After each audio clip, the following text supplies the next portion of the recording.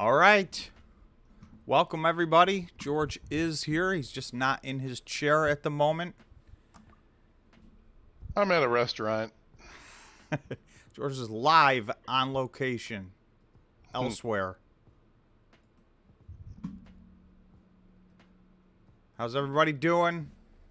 Hello, Sour Melon Gaming. Hello, Edmund, first and second. I don't know, man. How is everybody doing?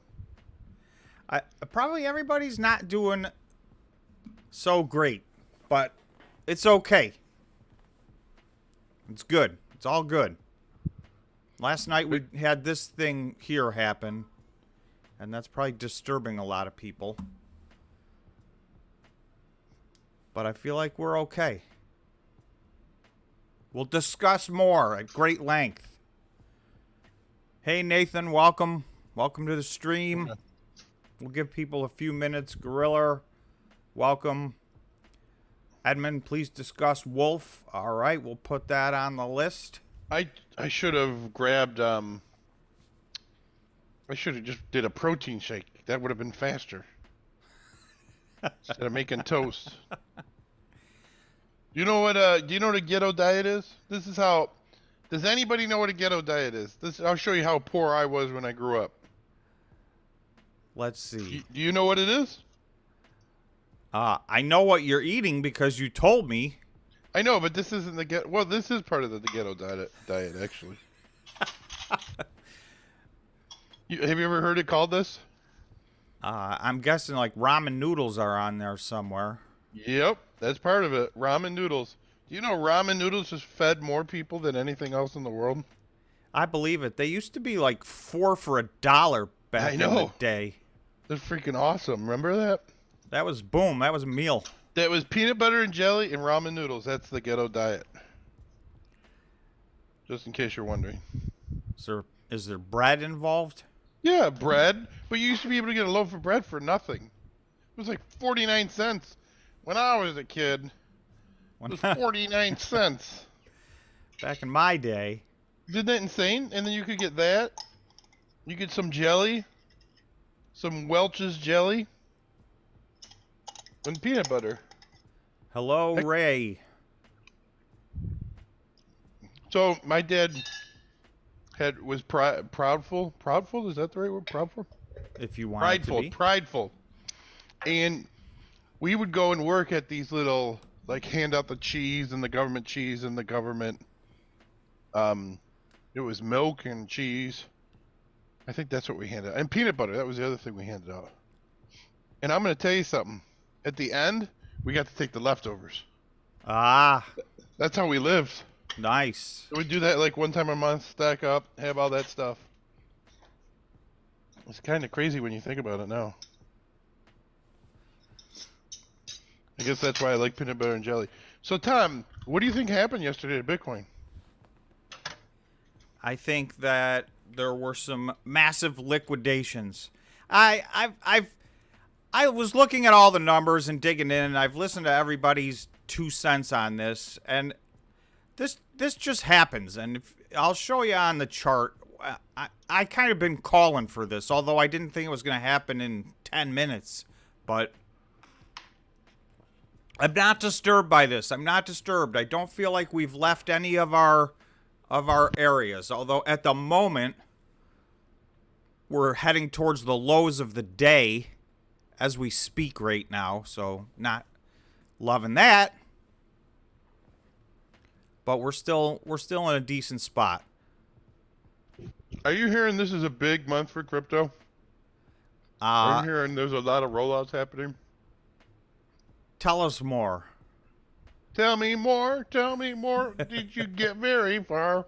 Tell me more. No, I'm just asking if you heard that.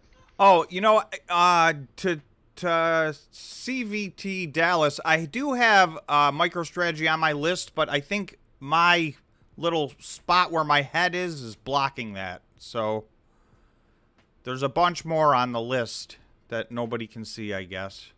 I look like a madman. You are a madman. With my hair.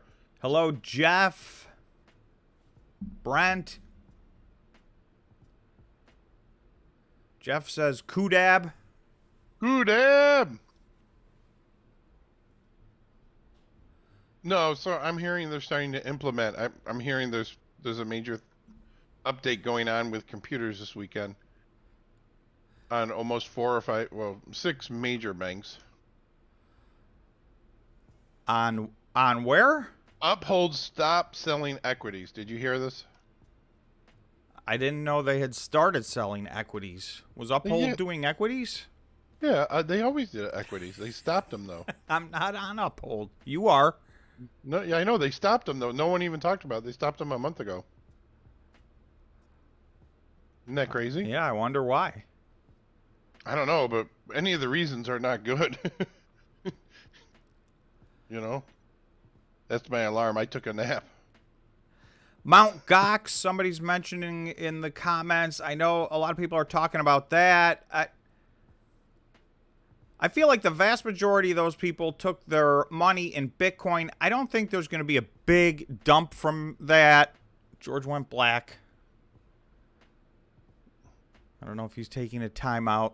No, I don't want you to see me eating my peanut butter and jelly as it slobbers all over my face. All right, so you're still with us. You're just you're in dark mode. Got ya. So I mean, there's a lot going on, and also, you know, I've been talking for the last month and a half. This purple line is one of our lines, and you can see, I mean, once we broke through, this was holding. Like, look at all this. You know, this is the 15-minute, but this is a long time. This goes back to March 1st. And this held, and this is where we closed on March 2nd. And then last night, as soon as we broke down through this, I think this just caused a chain of liquidations for people that were leveraged, because you could see there was mass liquidations. And, you know, it got caught right here, which I think is a line of support. And we're kind of... Now I don't know whether this is right now support or resistance. We're kind of right on and around this line. But that was the line, if you guys remember, I've been saying this is the line I would like to hold. Because if I zoom out, like if we hold this line, we can close this day up here. These are the, so this was a low, then we set a higher low, then we set a higher low. You know, if we can stay up here above this purple line, or even at 22,000, that would still be a higher low, and we would still have our bullish trend going, in my opinion. So what I don't want to do is get below this 21,478. I do think that would be a potential signal that there's a reversal in the trend here. If we go below this and start closing 4-hour candles below 21,500-ish, then I would need the weekend to rethink what's going on. But for now, I don't think any of this has broken our pattern. You know, we just saw this happen. Look, here's February 8th and 9th. We got, you know, these giant, a red candle and then a big red candle and then another little red candle, and then we kind of bottomed and then we ran back up. So I'm hoping we're copying this pattern to an extent right here. And you can see we did get down on, this is the one-day candle. It got all the way down to 22,000. So, you know, we candle wicked down to 22,000. If I zoom back in, see, now we've got a green candle coming right back up. We've been hanging around very close. I mean, we're $80 away from the purple line I have at 22,392. I will tell everybody I changed that line by like $40 to make it more precise, because it wasn't lining up with its spot. I was lazy the first time I made that line, so I did, because we're right on it, I sharpened it a little bit to exactly where I thought it should be. Jeff's requesting that George get back on while you're eating. I don't want, that's kind of disgusting, really, if you think about it. It's another channel. There's things where people eat food and talk, and I don't know what to tell you. Oh, yes, I do. I know it's... Oh, wait a second. I don't even have... So George was dark, but I didn't even have him on your screen, everybody. So it didn't matter if you were dark, George. I had the wrong button pressed. Oh, this is my brother. I'll come back. You can go. No, I'll just tell him I'm live. Do I got peanut Hey, butter? we're live. You are Look. on the live stream right now. I'm sorry. Yes. George, take it from here. I'm gonna, can I call you after the live stream? Don't All right, talk bet to you then. against black. Bye. Did you hear me? Don't bet against black. And black's Bitcoin, by the way. That was Passenger 57. Wesley Snipes. Yeah, look at after hours for CleanSpark. It's up almost 260. That's looking good. CleanSpark finished in the green what's up today. with HUT? What's up with HUT? Any news? Any updates or no? No Radio updates, silence? no official updates on HUT, but I will say the Canadian miners, you can see, kind of did worse than the other larger miners. They were all in the red today. Now I have a question. Is HUT is a Canadian miner, correct? For the time being, HUT is a Canadian miner. Yeah. 100% of what they mine is in Canada. And, I think they know something. And, well, I think they know that Bitcoin's going to get outlawed. if everybody could please smash the like button. That's what I was going to do before I realized that I didn't have George on the screen. So it helps the live stream a lot. So please smash the like button so we can get more people here. Okay. Let me start. Should I say it, or shouldn't I say it? Say it. I don't know what you're going to say. I think but do it. Bitcoin's going to be banned in Canada. You think Bitcoin is, or Bitcoin mining? Bitcoin mining is going to be banned in Canada. Well, there's definitely You heard that first from me. Remember this. You heard it here, folks. There's already some steps towards some moratoriums for a period of time, and so that would not be good. I don't think they should do that. I think that would be a big mistake. But, you know, they're trending in that direction. And then the question becomes, what happens to the people that are already mining and what happens to their facilities? But maybe some of this, I mean, you can see these are the three big Canadian miners, Bitfarms, HUT, and Hive. And they were red today. And then the other large miners were green. And then from here down, you start to get into the small cap stuff. Some of which is not on. Oh, there's only like two missing. I'm not eating meat. That is true. I am not eating meat still, by the way. I never thought in a million years I would say I was vegan. But I guess I'm not even vegan, Tom. What is it? You're vegetarian. Vegetarian, right, because I won't even eat eggs. I'm not going to eat eggs for a little bit of time. I might eat them again.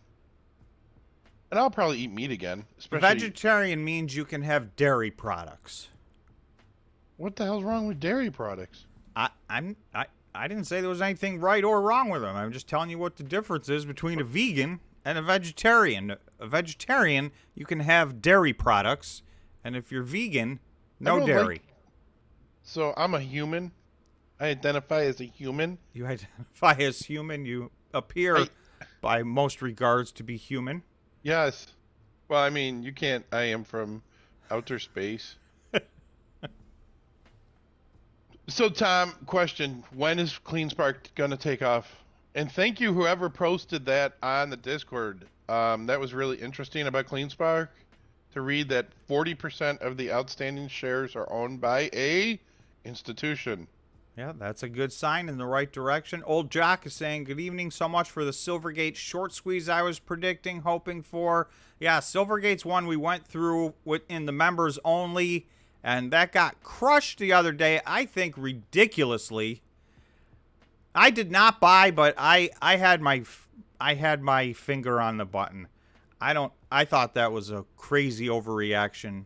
That's my personal opinion. It was down like 58% or something like that.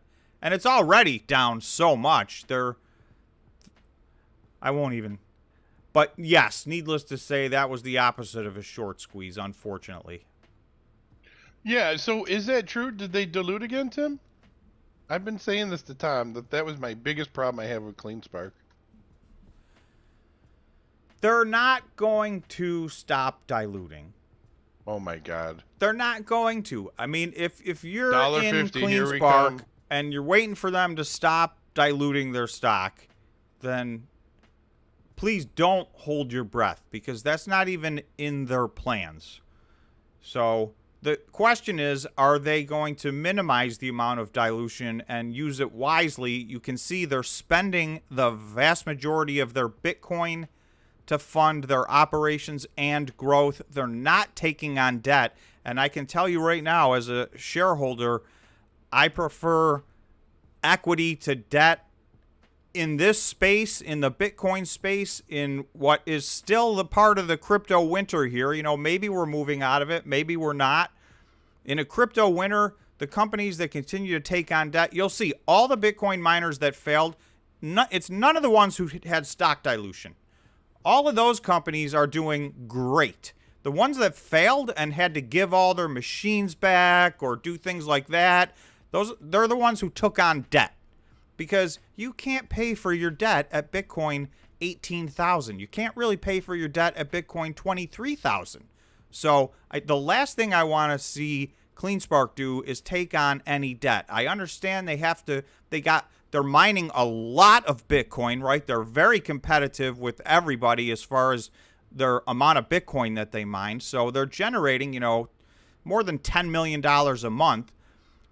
Obviously, some of that pays to mine the Bitcoin, and then whatever's left, they're using for operations, and whatever's left after that, they're using for growth, and whatever shortfall they have after that, they're going to use equity, I think, before they use debt, or at least I would hope. I know that dilution, nobody likes stock dilution, but I do. This is how, like Jeff is saying right now, it's all accretive. What's the issue? And that's the bottom line. If this was stock dilution to pay for operations, or to pay, to give management bonuses, cash bonuses, then those things would be disturbing. If it was to buy a company that was no good, that you thought was a bad decision or a bad purchase, but they are buying infrastructure. They're buying the very thing they do. They do one thing. They mine Bitcoin, and they're growing that rapidly. What? Somebody has their name of Gary Gensler with the eyes.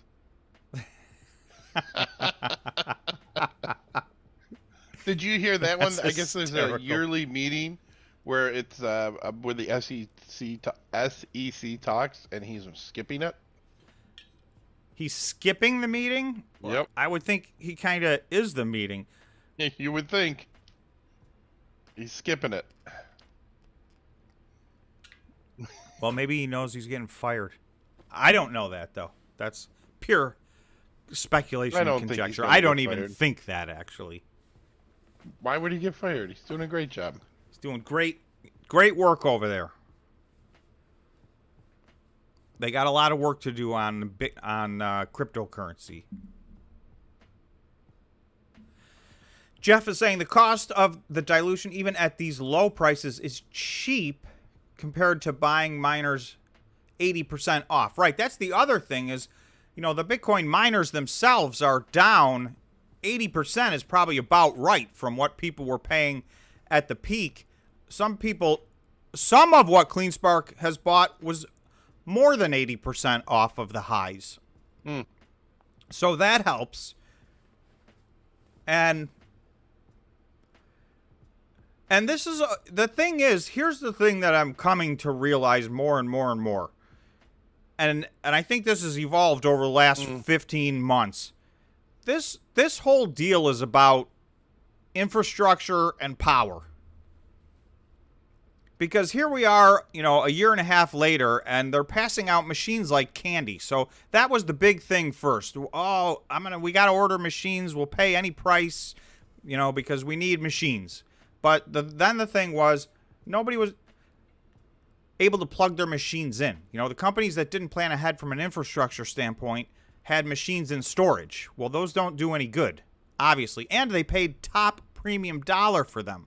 So, I feel like CleanSpark they added a lot of exahash in 2022, and it was spot purchases, not at high prices. They were looking for bargains. Hello, Seth from Texas. Sourmount Gaming says, I'm not opposed to some dilution, just worried the longer Bitcoin stays this low, it's going to cause these companies to dilute massively, and I'll largely stunt the growth of the share price. So, yeah, I mean, we definitely don't want massive dilution. You want them to be as smart as possible, and they better be getting good infrastructure at a good deal if they're going to be issuing new shares of stock, is what I would say. But to expect them to do none, I think it's just not realistic. Particularly, CleanSpark's already told us they're at 6.6 exahash. They just bought machines to get themselves to 9 exahash, and they plan to get to 16 exahash by the end of the year. So, I mean, that money's coming from somewhere.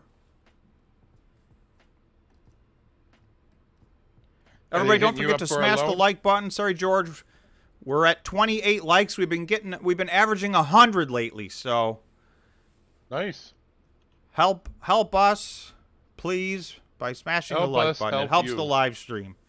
Did you hear me? Help us, help you. Yeah, help you. I guess in this instance, help us. Help you. Help us. The tourist. So, Tom, hello from India. Hello. So here's my question, Tom. Fire away. If Bitcoin breaks below this number that you're talking about right now, is it going to free fall yet or no? Free fall? I'm going to go out to a larger time frame to try to answer that question. So I think we have... I'm going to do my arrow here. I mean, I think we're still involved in this trend right here. So this in the midterm here, we are still in a bullish trend. Obviously, the last couple of weeks we've had some pullback here. This is on the 1-day time frame, but it's these higher lows and higher highs. That structure has not been broken. So if we break through this, then I think we could easily go down here, because there's a void from 21.5 down to about 20,000. There's a void. And I mean, we ran, you guys remember, we kind of ran. We spent months here at this line, which is just under 17,000. So call it 16,800. This was 2 months of activity. So we consolidated for a long time, and then we sprinted up from there. So, I'm hoping we don't. You can see we sprinted down to get here. That was FTX. So there was a specific reason that crash occurred. This consolidation was kind of digesting all of that. And then, we moved right back up to where we were, before we started. So I really think this is going to hold. I think this structure is going to hold. I think if we do go past this, I'm going to start worrying we go down and retest this. But right now, I'm just not seeing that happening. So I could be wrong. It won't be the first time and it won't be the last, but I still think that I think we're still headed towards, retesting 25,200. And then I think ultimately I'm still saying we're going to break through that and run up to 29. I'm still feeling good about March. So that's my personal opinion. I'm going to say that all the way up until the 20th. At the 20th, then I'll be saying something different. March 20th. If we get to March 20th and nothing's happened, I'll be like, yeah, I missed it. If it hasn't done its thing by then you're saying that's... And we don't ever talk about this on this stream, and it's really important. Bitcoin is being hodled more and more every single day, and no one even talks about that. The long-term wallets that haven't touched their Bitcoin is rising and rising. That is healthy. Right. And I don't believe that the Bitcoin pricing shows any of the movement from, like, let's say you go to Coinbase and you buy a coin. They're not going and buying a coin with that money. they're using the coins that they have on their books. So there's really no upward pressure the way it should be on Bitcoin because of these exchanges aren't going out and buying every time we buy. And that's a big problem. I mean, honestly, if the SEC does look into it, I have a feeling it could be really ugly. Well, that's why there's regulations coming. We need the answers to those kinds of questions. And we need verification, third-party verification that everybody's doing what they're supposed to be doing.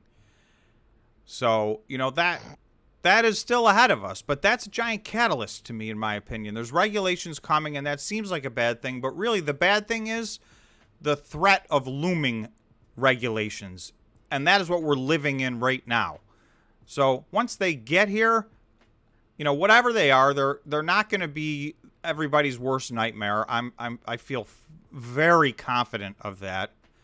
And, you know, particularly, you know, we spend a lot of time on Bitcoin and the Bitcoin miners on this channel. Bitcoin, they're not going to do anything crazy with Bitcoin, in my opinion. So, you know, Gary Gensler basically wants every other coin and token on the face of the earth to fall under the SEC. But you know what? That still doesn't mean they go away. He just wants to regulate them. So, you know, more regulation, but he's not even shooting for Bitcoin anymore. That's out.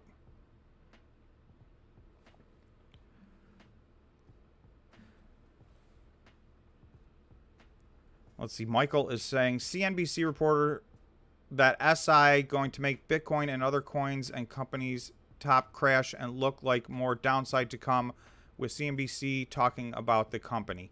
So, I mean, to me, SI is Silvergate, and, you know, the thing is, there's already been a run on their bank. They're a tiny bank. They've already had a run on the bank. So, I mean, how much more downside can there be? So I know that they keep talking about this and talking about this. There was a shocking move for the stock price yesterday to the downside, but I mean, there's just not that much exposure when you're talking actual dollars because it's a tiny little company, right? This is a $100 million market cap company right now. So how much damage can it do to the market? It's already lost 90-something% of its value. And almost everybody's already taken their money out of the bank. I mean, the run on the bank already happened.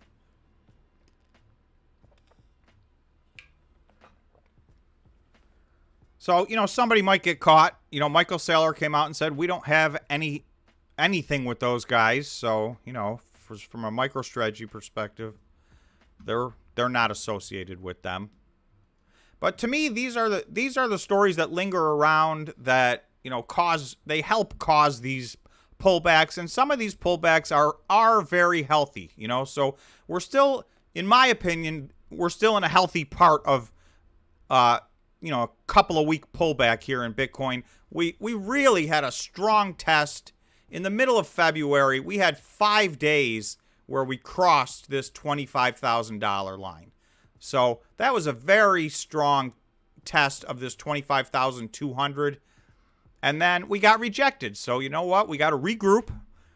And as long as we don't, you know, hit a lower low, this is all healthy consolidation in my opinion. So this is what I think we've been talking about on this channel. But I will say, this purple line is the one I have been saying I would really, really like to hold this purple line. We're a little bit below that right now. We're, what are we? We're $100 below that, $110 below that. So, you know, we're within striking distance of that line. I'd like to stay in that neighborhood. I don't really want to go down, because if we start getting below this line, then I guess that would change the story from a technical standpoint. Hang on, I'm typing in when the full moon is. Full moon? I think it's the 7th, actually. That's coming right up. That's March 7th is the next full moon. No, the full moon's on the 7th. That's like next Tuesday. Yeah.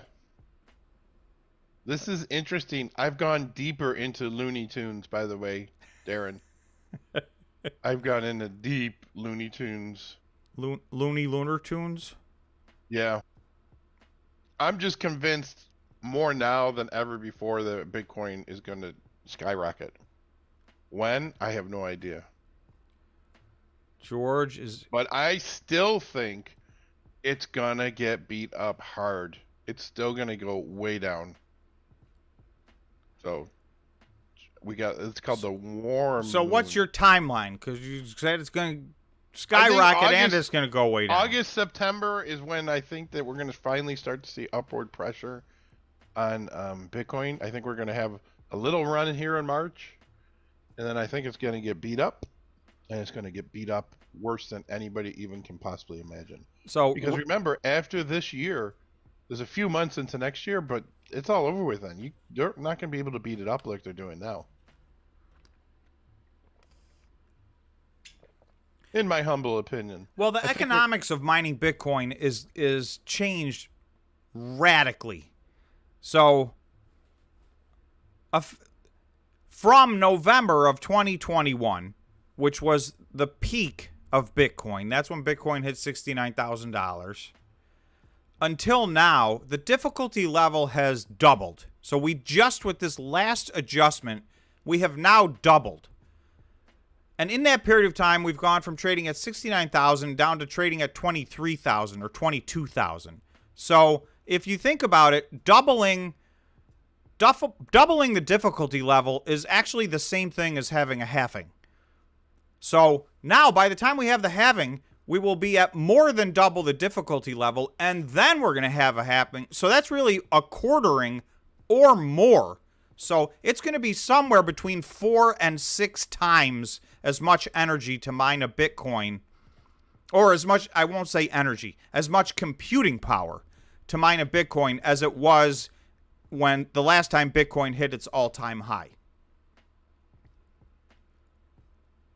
So as the machines get a little more efficient, you know, that's not a one-to-one with the energy, but from a computing power standpoint, we're going to be somewhere between 4 and 6x the day after the halving. So it's not really, you know, we think of it as a double, but that's really the terms we should be thinking in, because it's already happened. You know, unless everybody bails and all these Bitcoin miners go away. But we're seeing the opposite. Even with this tiny little pump from the absolute bottom, the Bitcoin network's at its all-time high by far from a hash rate perspective. And we know most of the companies we're looking at are all looking at adding to their exahash rate. So, you know, it's going nowhere but up from here. Just take some time to reflect. I am a clown. By the way, I am a clown. I think they sold mother microgrids? Cleanspark? Oh, that's what they're telling everybody, but we know. I am. Dude, that's my goal. My goal is to be a clown. I applied one time. I don't really think you have to apply to be a clown. You just put the makeup on and you're a clown. I mean, but man, you want to get paid for it? I want to get paid for it, like Jim Carrey. Well, he gets paid. He gets paid a lot. No, I just think there's a reason why I'm saying this about why I think Bitcoin will have a good month of March. Is this a reason you're sharing, or is this? No, I just think it's because it's not even a rabbit hole. I just can't say. You can go to... Based on your research, you believe that March is going to be a good month for Bitcoin. Would that be a fair statement, George? Yes. That's a great... So that means it's probably going to be bad. Why is the website down? I was going to tell everybody you could go to poopcoin.com. But for some reason the website's down right now. Let me see what's wrong. Welcome, His Honor. New to the channel, first time post. Welcome. Woohoo. Glad you found us. Tom's the smart one. Gary's saying exactly right, Tom. Doubling the difficulty is exactly the same as halving. So right. So it's like a double halving. I mean, that's just what's happening. There's a clown college.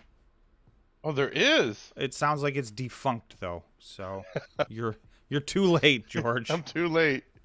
Oh God, that's funny. Websites. Awakened Soul. I think that George has one of those on his OnlyFans page. What? Oh, Speedo. Yeah, that'd be good. The Speedos. Yeah.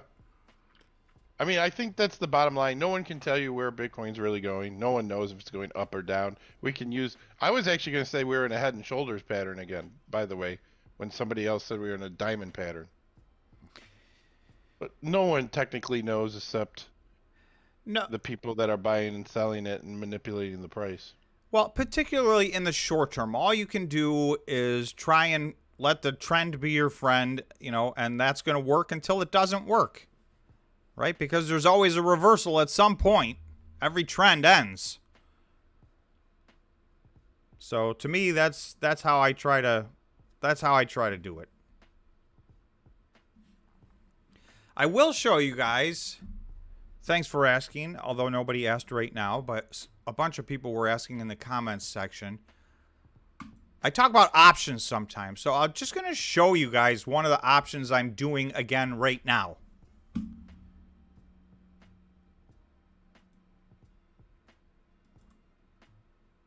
For anybody that happens to care, but I have gotten this question a lot. So, because I mentioned I am mostly buy and hold. So I buy the stock and hold the stock, but I do trade options, and right now I'm buying calls. You know, so it depends on what Bitcoin is doing. In a crypto winter, you know, on the way down, buying calls usually is not the strategy to take. You'd want to sell calls or buy puts depending on what the premiums are. In any event, this is what I've been doing. I'm playing the exact same call that I already played. And this is an awful chart, but if you just look at this, this is the May 2023 $1.50 call for Bitfarms. So if you hate Bitfarms, you're not going to like this play. But it's already worked, and I'm hoping it works again. So if you guys watch my videos, you'll see somewhere in the middle of November, I told you I'm starting to buy calls. So these are the options that I bought, and this was anywhere from, you know, this got as low as 2 cents, but mostly I was getting them at 5 or 6 cents, and, you know, boom, they spiked up to 25 cents. So, you know, if you're averaged in at 5 cents, that's a 5x.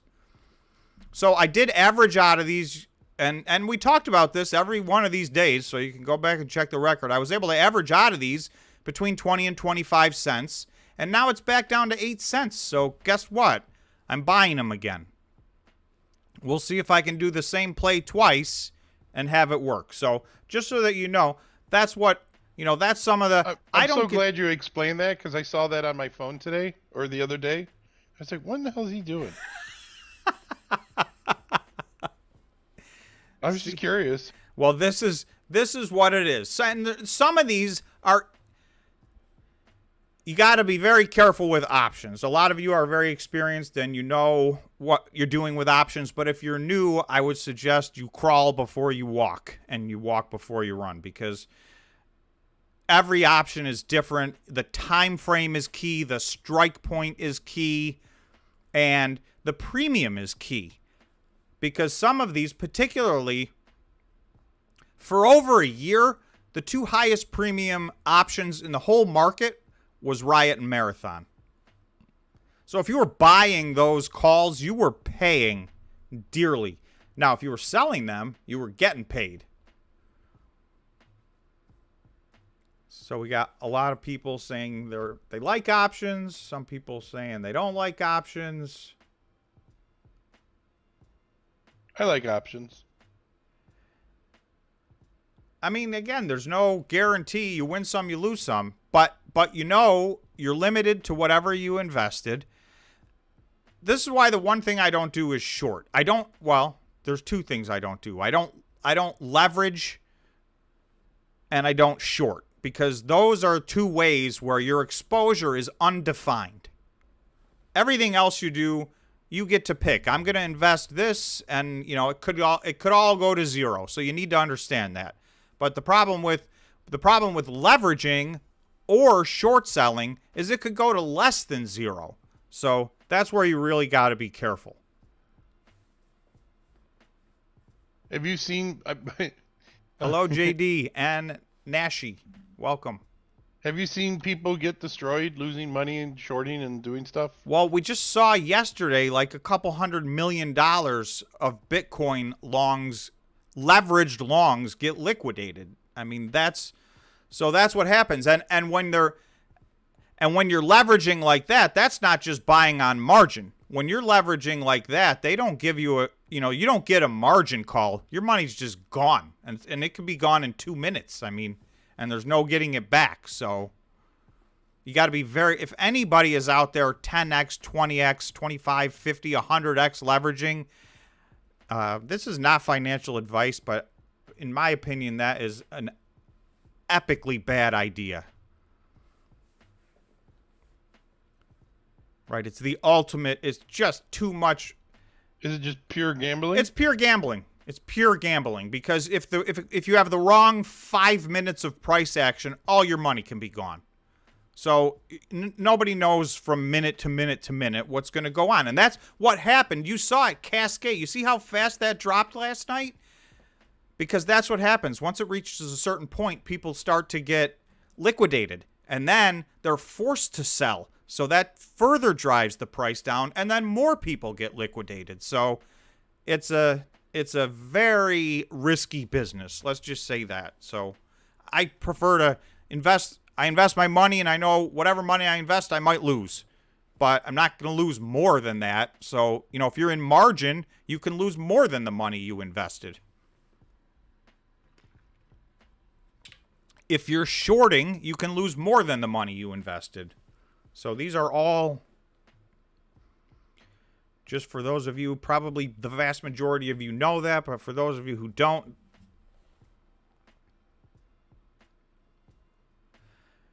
Eric is saying leverage can't go to 0 when you use a stop loss. Yeah, but if you're 25x leveraged, your stop loss is going to have to be at 1 penny lower because it gets, at 20.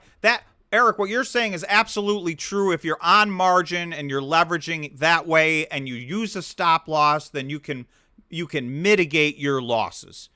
I'm talking about these 25 or 50x leverages where, there is no time for a stop loss. Your money's just gone. But you bring up a good point. In ordinary leveraging situations, you can use a stop loss to mitigate your risk.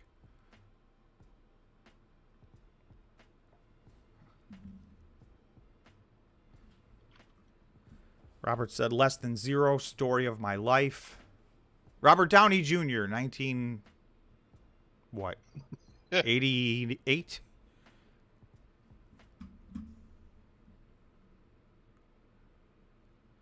You guys remember that one?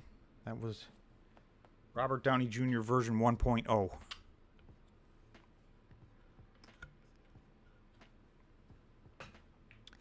right, so anyway, this is one example of, so this is what I look for. And I look like, when I started buying here, I saw that this was up. I mean, this was at 28 cents. It jumped up to 40 cents. So when an option is up here and you can buy it for 3, 4, 5 cents, now it depends on what you think about the stock, right? You need to feel like the stock is going to have some upward momentum. And remember, the stock never has to get to $1.50. Because Bitfarms never got to $1.50, and I was able to buy these for 5 cents and sell them for 20 or 25 cents, and Bitcoin never got to this strike point. There was just enough premium left due to time that the price went up. So that's the other important piece to remember. Timing is everything with these options. And the shorter period of time you give yourself, the less likely you are to succeed, is my experience.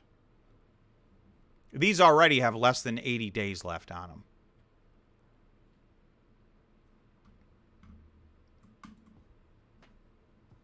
Hang on, I got a phone call. I gotta call somebody.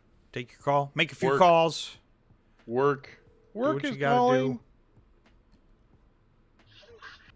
This is my periodic. If you're just arrived and you have not yet smashed the like button, we're at 45 likes. We got, I think, 4 in a row. We got to 100, and on the last live stream, We got to 100.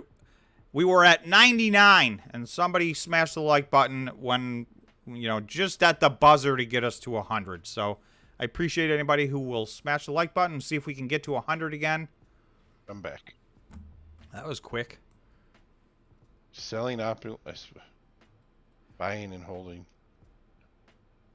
Selling options, that's the best way to go. That's what I should have done again. Damn it. Jeff, where were you?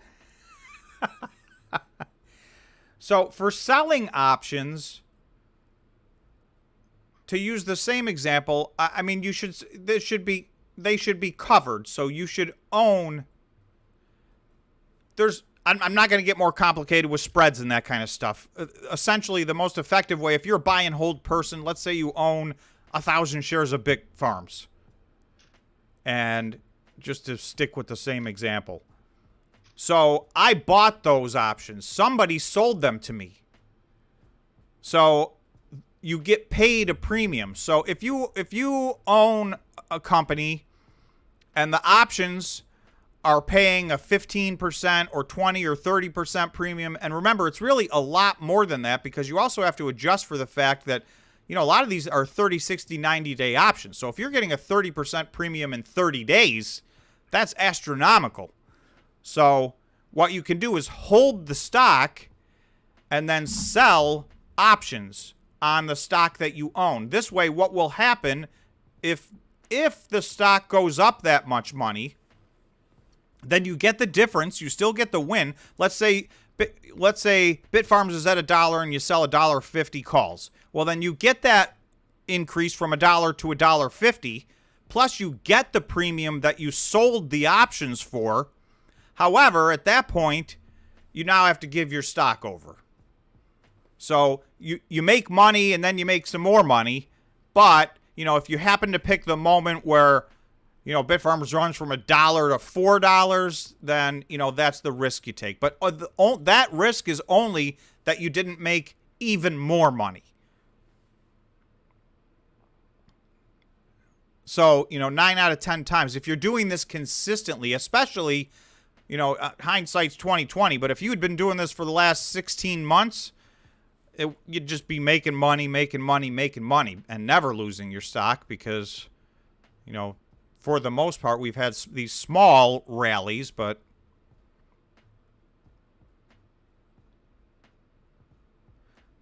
I'm bullish right now, so I don't want to sell calls. You can sell puts, but I don't even want to talk about that because everything is the reverse, and we just did calls. We'll stick with calls for now.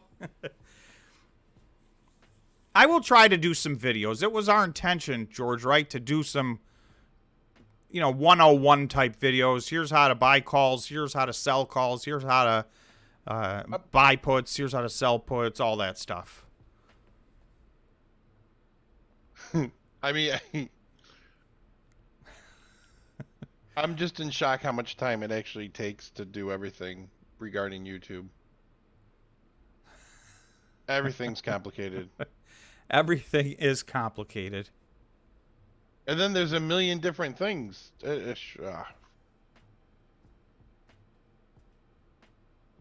Everything is awesome, as you like to say. Yeah, everything is awesome. Everything is cool when you're part of a team. Did anybody see Alex Murdoch, Away for Life? I don't even know if anybody knows who that is. I did not follow closely at all, but I did hear that. And I don't know, how long did they deliberate on that one? Not even like 8 hours. It was like 6 hours. So, in their opinion, it was a easy call. Well, yeah, I don't know. I mean, yeah, I guess so. I mean, who kills but how do you kill your wife and son? You know what I mean? How do you do that? I just can't understand. Obviously, there's something fundamentally very seriously wrong with you by the time you're even contemplating that, never mind doing it. So it's an awful, awful story. Wow, listen to this one. Portland closes their only 2 Walmarts. Portland? Wow. Yeah. In the whole city? Yeah, there's only 2 left. Wow. But they closed them all in the city, all in the city limits. Jeff said, in all caps, selling puts is amazing. I'm not arguing that. I am just saying I should do a separate video on that explaining it, because for those who aren't familiar with it, this gets very confusing, and these are one of those videos where I know for a lot of people, if you don't do it regularly, you gotta take 5 minutes and go through it in your mind all over again to remember, okay, this works this way, that works that way. So, you know, if you have a little 5-minute tutorial, I think that might help. I have a good one for you. So I don't know. We were talking today at lunch about Tesla and other companies that operate in China.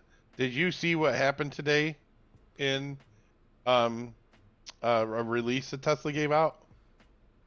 I did not. They said that they had a new record selling Teslas in China. Well, they did pop today, didn't they? Yeah. I mean, they're still in the same...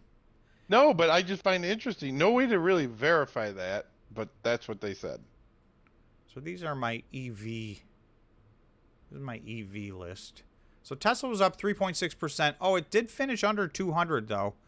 So it's been plus or minus that 200, which is almost a double from where it was not too long ago. He'll probably be selling soon. Well, here, George, that segues right into your article you wanted to talk about. China urges state firms to drop Big Four auditors. Yes. So this came out about a week ago.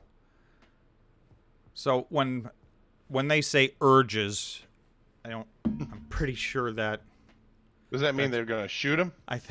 I'm not sure that means it's optional. They strongly recommend. Or you won't ever see the light of day. JD is saying sell options for income, buy options for home runs. So that's exactly right. Understanding that, you know, when you buy them, you might hit a home run or you might lose your money. But that's the philosophy, JD. I agree.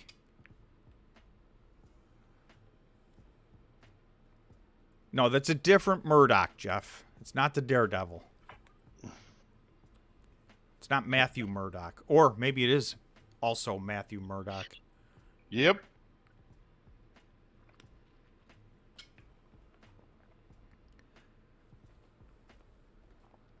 Tesla opening a new facility in Mexico, says Jeff. That's what he heard. Michael said, I wouldn't touch Tesla now, and more downside is coming. So George is afraid of the large cap Chinese stocks in general, and this to me was a pretty big red flag.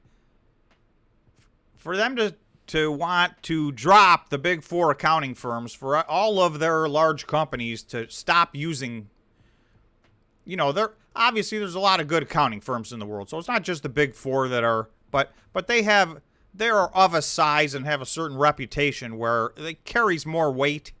And China's kind of kicking them out of the country. So that feels like a move in the wrong direction. So that makes me a little bit nervous about some of the China stocks, particularly the EV stocks, but you guys know the list.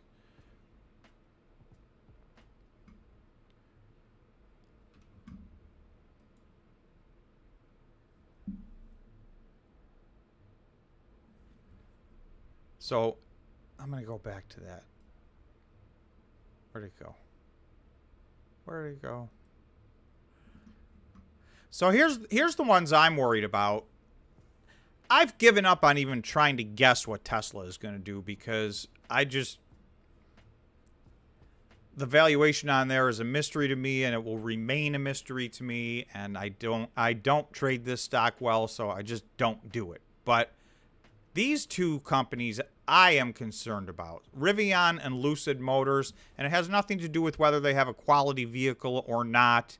Lucid also has some battery technology, and having said that, they do nothing but lose billions of dollars. Their sales are minuscule, and I just don't see how those two companies get to the finish line from where they are right now. I mean, their sales are, there's single dealerships that sell more cars than those $15 billion companies do. And it's not even close. So, you know, they haven't even begun to scale up, and they're way behind the numbers that they said they were going to be at. And they not only have to deal with Tesla, who's the 800-pound gorilla in this space, but basically every automaker out there is putting an EV car out. So I think it's very, very, very tight space. There's a reason. Like, today was a great day for these stocks. You can see this is my electric vehicle and electric vehicle related, so batteries, charging stations. This is mostly a very green list today. So today happened to be a good day, but I would be concerned about a lot of these plays. There are a few that I think are good plays. So, but in general, these stocks are down huge, and to me, so I don't know. Let me know what you guys think about Rivian and or Lucid Motors.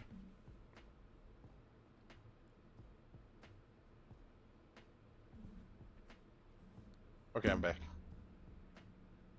Lucid Motors. Righteous Lion, is it a good idea to hold miners going into the halving? So, I mean, that's definitely going to be, I don't know how to answer that question. I can tell you what I'm going to do. I will hold them through the halving.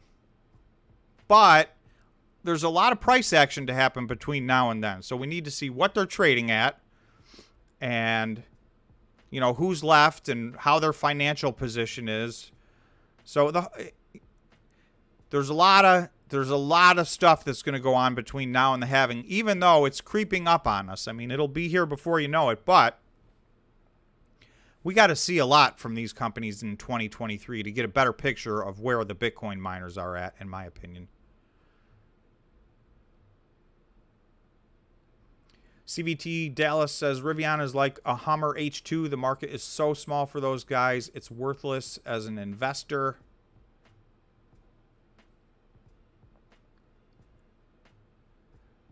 Rivian, Alfa Romeo, Jaguar are all the same. Douglas thinks both go bankrupt. So, I mean, that's where I think it may take a while, right? Because they do have cash, but they're burning through it like animals, and they lose money big time. All right, so let's do our normal poll, because Bitcoin has moved quite a bit since last we did this. Give me just 1 second while I type this.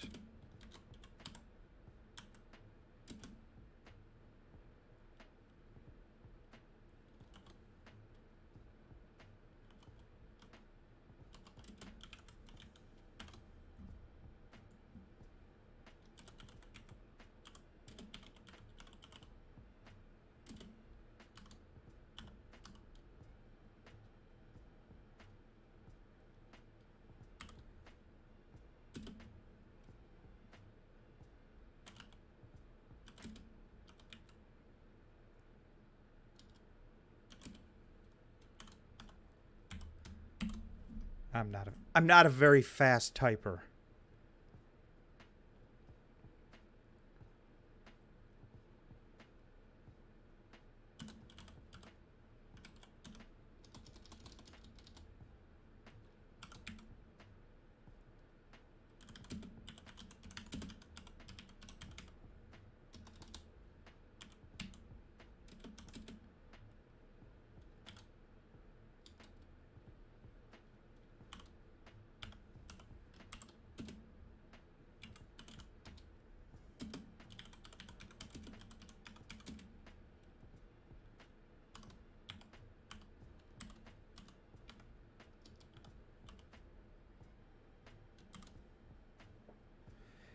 All right, so two options. This is basically a where's Bitcoin going poll. Ready, set.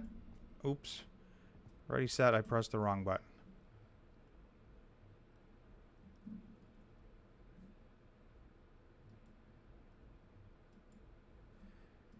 And what have I done that is wrong? Oh. Too many characters. That's on me. That's my fault.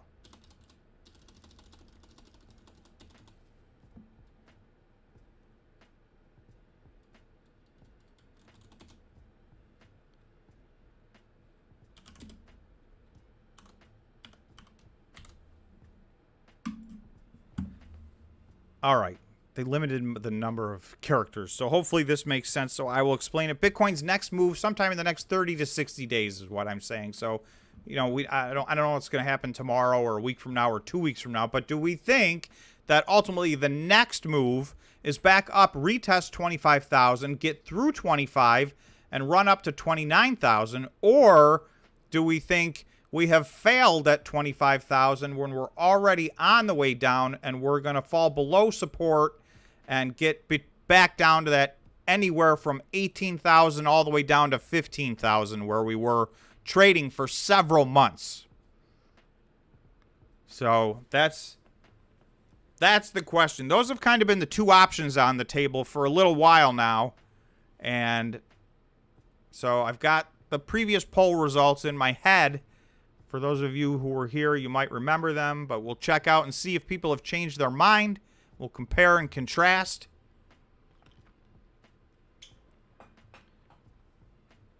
Everybody who can vote, cast a vote. And anybody who can, please press the like button. We're at 61 likes. We're shooting for 100 likes.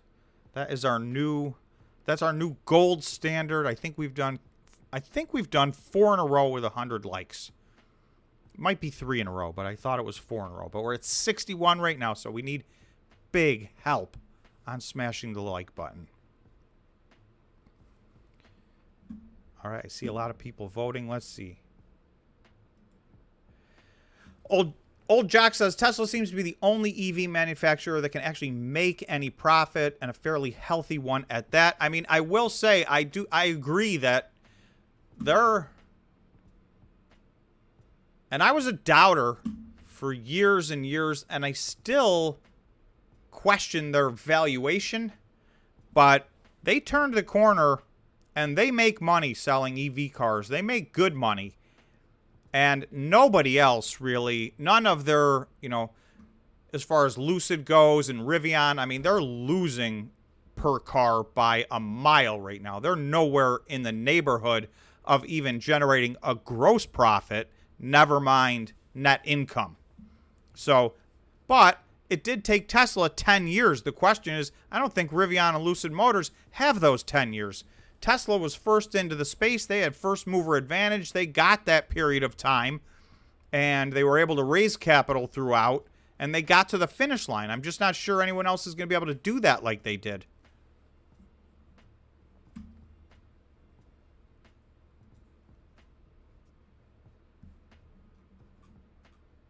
What have I done?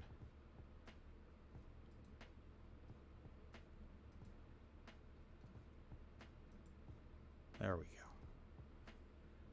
Sorry, I'm just messing with the screen. Yeah, you can see nothing. After hours here, we're just still very, very sideways. We've drifted a little bit down. I'd like to be $100 higher than we are right now. I'd really rather be on the top of this purple line instead of the bottom of it, but I don't know that it makes that big of a difference as long as we stay in the neighborhood. And we got we got the weekend. We got a lot of time between now and Monday morning, so we'll see what happens over the weekend. Space Oddity, welcome. Space Oddity says Bitcoin to 20K, probably 18.5-ish, but no new low. So, I mean, that's a definite possibility. It looks like right now it's been heading in that direction. But Space Oddity feels like we have bottomed, even if we do go hit, some lower numbers than we're at right now. Darren says, "Oh, but Tesla lost money for how long?" Yeah, that's what I'm saying. Like they had like 10 years to get where they were going, but no one else is going to be afforded that amount of time because the space has matured. So, there's just not that much time left. What were you talking about? Sorry. Space Oddity only says we're only halfway down on this dump, so he's thinking we got some more to the downside. We're talking. So we did a poll. Were you here when we did the poll? No, I see it up right now. I'm going to do it right now. Have you right? voted? So this is the next. Next move. Which way are we Yeah. going? Up or down? Everybody just. I feel March is going to be a good month. I just feel that March is going to be a good month. Then after that, then I feel there's going to be some sell-offs. Then you think there's bad times ahead, and you think we're not only going to retest our recent lows, but break them. I think you're gonna. There's a song out there. How low can you go? I think that's the song you're gonna be playing all the time. How low can you go? And I think we can get pretty low. What's the number? Got any number you want to throw out there? There's two numbers. Okay, I'm gonna give you. There's two numbers, which is very close to 10,000. I think it's like 10,420 or something like that is the number, the first number. But so just somewhere above 10,000. But if that happens, and we break through that, the bottom is like 38.50 or something like that, 37.95 or something. So you're saying line of support somewhere above 10,000, and if we crash through that, because we could crash through it, it could just be a total liquidation and boom. But I think it's part of a game. I think this is a game, and this is Monopoly. Remember, this is how I always tell everybody this is Monopoly, and they want your coins. And I think the best way to get your coins is to have it go up to 69,000, and then bring it down to 37.50-ish. That would be brutal. They want your coins, and then, and only after then, will be the run. Remember, I've always been, and I've said this to you. I still think, lay off the weed. I still think that XRP is going to like 17 to 19 cents. It's never gotten there. So you think everything still has a bottoming process to go? We got some more pain out there. So I mean, here's the question: if we have a World War III, is that good for Bitcoin or is that bad for Bitcoin? That's the question. Because I mean, we might need the energy to start building bombs. I mean, I don't know, in the United States. I mean, it's not going to be the United States going to war. It's going to be the coalition of NATO going to war. I would say that war would be bad for all investments in the short term. So that could be a black swan event. well, it's a great one, right? There's so many things that could happen between now and then. Before the end of the split, it's scary. The scary part is that we have no, I hate to say regulations because that's not it. We have no real true infrastructure in Bitcoin. That's the problem with Bitcoin. There's no, there's a bunch of greedy rich people that want your coins because they know where it's going. Okay. And that's the bottom line, is because I believe Bitcoin is going to hit six figures. I'll say that. We had somebody agree with you. I'm scrolling back, but it went by. You don't understand. I want to be wrong. You need to understand that. I want to be wrong. I want you to call me an idiot, a fool, on the weed, whatever. I'm okay with that. But I'm just telling you, if you think about this, if you control all the money in the world, right? Why can't you do this? Give me a reason why you can't do this. They don't control the coins? They're not in it? Come on, think about it logically. Here's the question. At what point does the number get low enough where there's so much buying pressure that, there's just a wall of support? I'm not saying I'm telling you what that number is, but I don't know. I think it's under $10,000. I think it's around probably in the 7s and the 6s. But Old then Jock is making fun of the wall, which is an outrage. 10,000 Bitcoin would be almost as depressing as listening to the wall. I agree with that. But here's the thing: if you want the coins, you need the coins. I believe at some point in time in our lifetime, and I'm 53, that Bitcoin is going to be one of those things. Like, the only way you're included in the club is by owning Bitcoin. The only way because it's disposable money. It's basically Bitcoin is a stored of value, and I hate to say this, Tom, but it's really the only thing it's there for is stored of value. We are not building an infrastructure out on Bitcoin. I know we've got the Lightning Network, but look at all the other projects, all these other There's coins a lot more infrastructure than you think being built on top of Bitcoin right now. And the NFTs are coming to Bitcoin. NFTs are. Ugh. Well, I mean, you might not be a fan, and I'm not either. But I mean, and Bitcoin's its own infrastructure, in my opinion. Brent, how am I losing you with this conversation? How am I losing you to understand that the people that have money want your coins? I don't understand that. I'm not saying sell them. I'm not saying it, but they want your coins because I believe at some point in time in Bitcoin, maybe 1 year, 5 years, 10 years, it is going to be a in the club type of in the club, so to speak. If you don't have Bitcoin, you're nothing. And I think it's going to get there at some point in time. I think you're going to see the collapse of these other currencies, and I think that Bitcoin currencies or coins or both. Both. I think everything. I think you're saying fiat currencies. So certain countries' currencies you think look at Lebanon, Tom. Look at Lebanon. I mean, great example is Lebanon. I mean, all of a sudden, they wake up and their dollar's worth nothing. Nothing. That couldn't happen in, let's say, Canada would be the next market I would imagine is going to happen to. Canada? They're going to roll whatever they're going to do in the United States, they're going to roll out in Canada before us. You know this. Canada is a miniature United States. Do you disagree with that? It's a lot colder. I know it's a lot colder, but it's a much smaller entity, okay? It's easier. But if you want to roll out something, you got to roll it out in smaller markets before you go to the big market. So, you think they're going to take out the Canadian dollar? Is this what you're telling me? Yes, I think they are going to take out the Canadian dollar. Yes, absolutely. All right. Again, I don't want to be right. I want to be. You're an idiot, George. You're an idiot. I don't want you to be right either. I think that currencies have to be depressed at some point in time, and they have to fall apart for whatever the reason is. I don't know what the reason is, but these currencies are going to get demolished. I think, I hate to say it in short term, I think the Chinese is going to have this very strong currency. I think they're going to have a very strong currency here coming up. Well, there's maybe that'll happen this year. Maybe that happens next year. It will happen before 25, 26 at the latest. They are currently... So Asia has already begun quantitative easing. Yes. So, they're kind of... We're kind of canceling each other out here on the currency in circulation. So we're still the... I know everybody is all around the world, so I'm in the United States, which is still in quantitative tightening mode and, raising rates.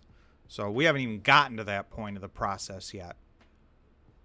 Yeah, the auto business is one of the most difficult businesses to make money in. The auto business is about ready to get destroyed, guys.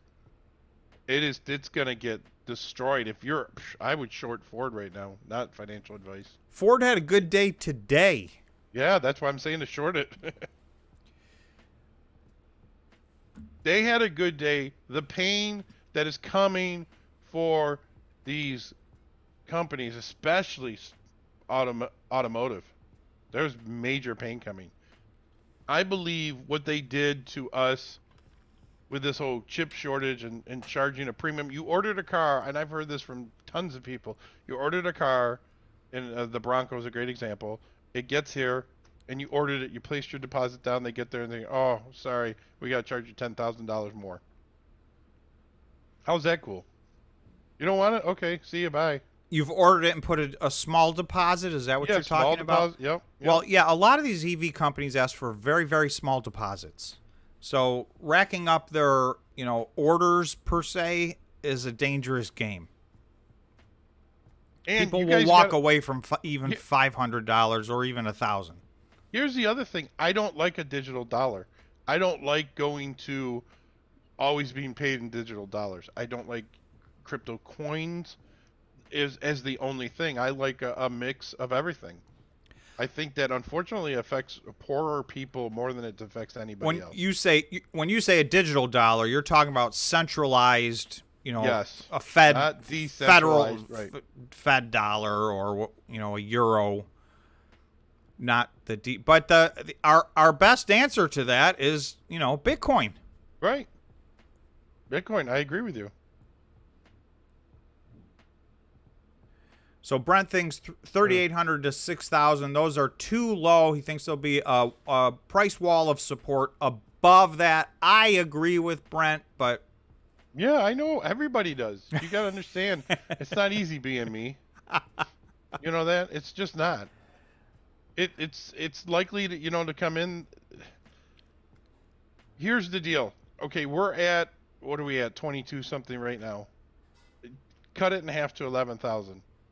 Boom. People that have bought at 6,000, if you cut that in half to 3,000, they just lost 50%. That's max pain for most investors. They can't do 50%. I'm over 50% in my total loss in different stocks, and I'm closing into only down 50%. So that's the thing that people don't understand. I think this is it's the game that they play. And when I say they, it's the people that know how to play on the emotions of people to make money, and they do it in stock every single day. That's how they do it. They do it by emotions, and they take and look. Great example is CleanSpark. No, there's no reason CleanSpark should be beat up the way it is. Yeah, the Bitcoin miners are an interesting example of that. Some of these are at numbers that are hard for me to Okay, let me understand. Jeff, I'm gonna give you more specifics now because you guys really think I'm an idiot. So I'm gonna give you a lot more specifics.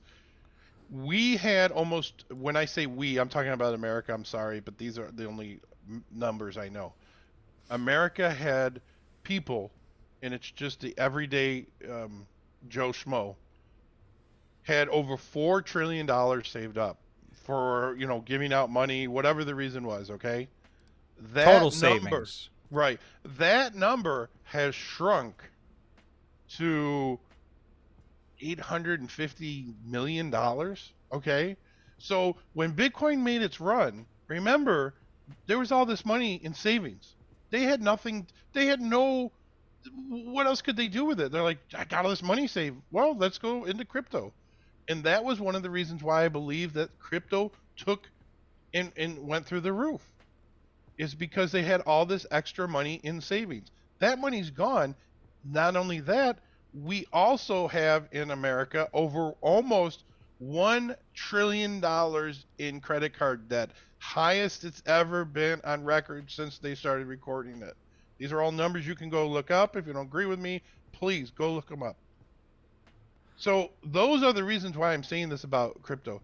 Crypto people believe they made a lot of money. Obviously they made a lot of money. And so these are the reasons why I don't think that you know the retail guys can come in and save, Bitcoin at this point in time. Well, at Bitcoin 23,000 or 22,000, I agree with you. Only time is going to tell. We can have Right, it's right. almost a philosophical debate, really. Where is it going to go? I'm with Brent and Jeff. I think even Yeah. if it goes lower, I don't think it can go that low. But you know what? I didn't think it could go this low. So Right. that's So but that's what I'm explaining. I don't want to be right, but when you start looking at how much money they've stolen from us from inflation, that's all inflation is. Inflation is just theft, right? Isn't it? I mean, let's be honest. And I don't know if you've seen some of the record profits that these companies have made, but they've just made there's been some great profits recorded on some of the big food manufacturing companies. It's incredible. Are you saying the rich get richer? Yes. Oh, and Darren, don't forget Bitcoin is global. Yep, he's forgetting America's only one economy in the world. I know, I agree with you on that aspect. I agree with you. But I can also tell you that 80% of the world doesn't. I hate to say this, they're all, unfortunately depressed. And you know what I mean by that. The only people that really have money outside of the United States, besides Canada and the other major, countries. Yeah, but Jeff's right. Supermarkets are incredible. See, because they've been cashing in. But this is a game, guys. This isn't. This is a game of, I'm sorry. This is a game. That's all I can say. It's a game. It's how much money I can take from you. How much can money can I take from you? That's as simple as it is as you can get to it. Well, they've taken a lot of money already. Yeah. I mean, we were at Bitcoin 69,000. We're now 16 months into. We're in a nice little 2-month rally, but we're 16 months into a crypto winter, and that's about as long as they last. However, we don't know. Just because that's what happened before doesn't mean that's what's going to happen next time. So we don't know what's ahead. I know what I think is ahead, and we have a poll going right now. So if you have not voted, the poll I put between 25 and 29 in the next 30 to 60 days. So your short-term bullish, your mid-term very bearish, and your long-term very bullish. Very bullish. And some people do call me Rich, or some people call me Dick.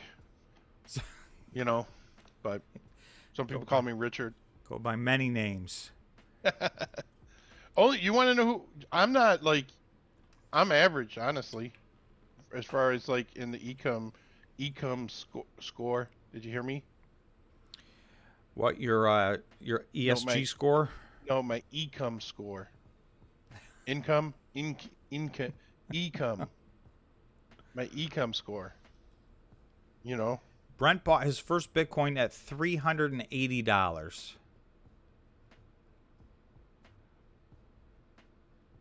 Yeah, I can't even talk about it, Brent, because it really pisses me off when I go down this road. Tom could tell you why. Well, I knew this day was coming. I knew that Bitcoin would, be worth $1 gazillion, which it isn't anymore. But well, it's still. I mean, the return on Bitcoin is still astronomically the best return on probably any investment ever in a 10-year window. So even considering the fact that we're in the middle of a crypto winter, if you bought it from the beginning until now. Now, obviously, a lot of people bought at 40,000, 50,000, 60,000, and so they're losing money. So it depends on when you bought, but I think they want to liquidate Saylor, by the way, personally. It's going to take a lot to liquidate those guys. If you haven't voted in the poll, we got a very interesting vote going on. So it's a game. This is a game. That's all this is. I mean, we think that we're doing good with the game based on how many, U.S. dollars, Canadian dollars, Zimbabwe dollars that we have, right? That's all the game is. It's a game. I know, to me, it's not a game. Trust me. But what I'm saying to the people that just have gobs and gobs of money, I live in a spot where there's just gobs and gobs and gobs of money, and it's pretty amazing when you see it. I'm not jealous of them. That's theirs. Well, and beyond just the people that have money, there's funds. There's there's hedge funds, etc., that have 10-figure money, 11-figure money. Okay, let's just hypothetically speaking, who thinks that if BlackRock said, I want to destroy Bitcoin, I want to get it to $4,000, and then I'm going to go all in? Who thinks that they can't do that? Does anybody here listening to me think that they can't do that? Anybody? I don't care. That is just, they can do that. I believe they have the ability to do that. I think they have the ability to do that with Aladdin, and I think that's one of the reasons why the price is still suppressed the way it is. I honestly, right now, believe Bitcoin should be trading between $25,000 and $27,000 based on the demand that's out there currently. Well, But it's not. we Go could ahead. be there in 2 weeks. Yeah, yeah. So, but think about that for a second. They have a program that they run. I wish I could remember the guy I met at the last Bitcoin conference. And I sat there and he made $2,000 like that, okay? Like that. And he goes, "Oh, I do this all day." I go, "What do you take in a day?" He goes, "A good day I make between, 4 and 500,000." And he does it with Bitcoin. That's how he makes his money. He shorts it, longs it. I don't know what he does, but that's how he makes his money. And he does that every single day. Well, what that means to me is if he's making that much money, somebody else is losing that much money, guys. Somebody else is on the other side of that coin or the screen, and he is losing $400,000 to $500,000 a day. He takes it from a lot of people. And Well, for everybody who wins the trade, there's someone on the other side that loses the trade. He created this program. He personally created this program, and it's only for institutions. And do you remember his name, Tom? I don't. We grabbed a stack of cards. It's possible. I still have that bag. But it was a game to him. That was my whole point. It was a game to him. Was he a whale? Absolutely. He had the whale all over his thing. I'm not a whale. He was a whale. Okay. And I was just like, dude, he's like, this is how I just have fun and I enjoy it. Yeah. He didn't mind he wanted to demonstrate his program. And if he made 2,000 in the middle or lost 2,000, it didn't make any difference to him at all. Okay. And so here's now let me set up the scenario for you guys so you understand. So there's a whole bunch of people walking down the aisles, right? There's all these people. There's a lot of people congregating in the middle. He wasn't in the middle. He wasn't trying to sell anybody anything. He was in a corner off by himself.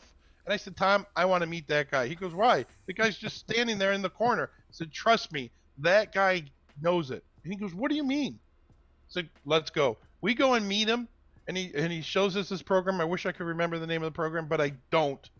And he says, "Boom. Well, let me show you what I do." And he was the nicest guy ever. Of course, he was Jewish.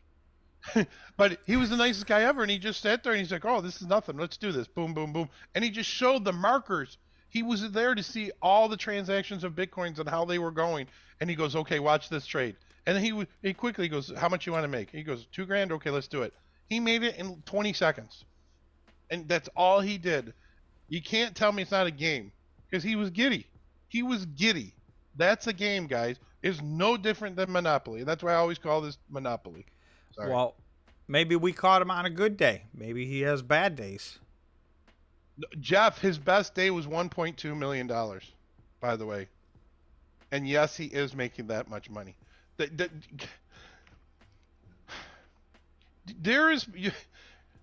He probably managed a fund. He could be managing, a couple $1 billion. Who knows? But when you see a market cap, okay, hang on. Let me look at this today. Volume today on Bitcoin is $21 billion. Okay, that's the volume right now, Jeff.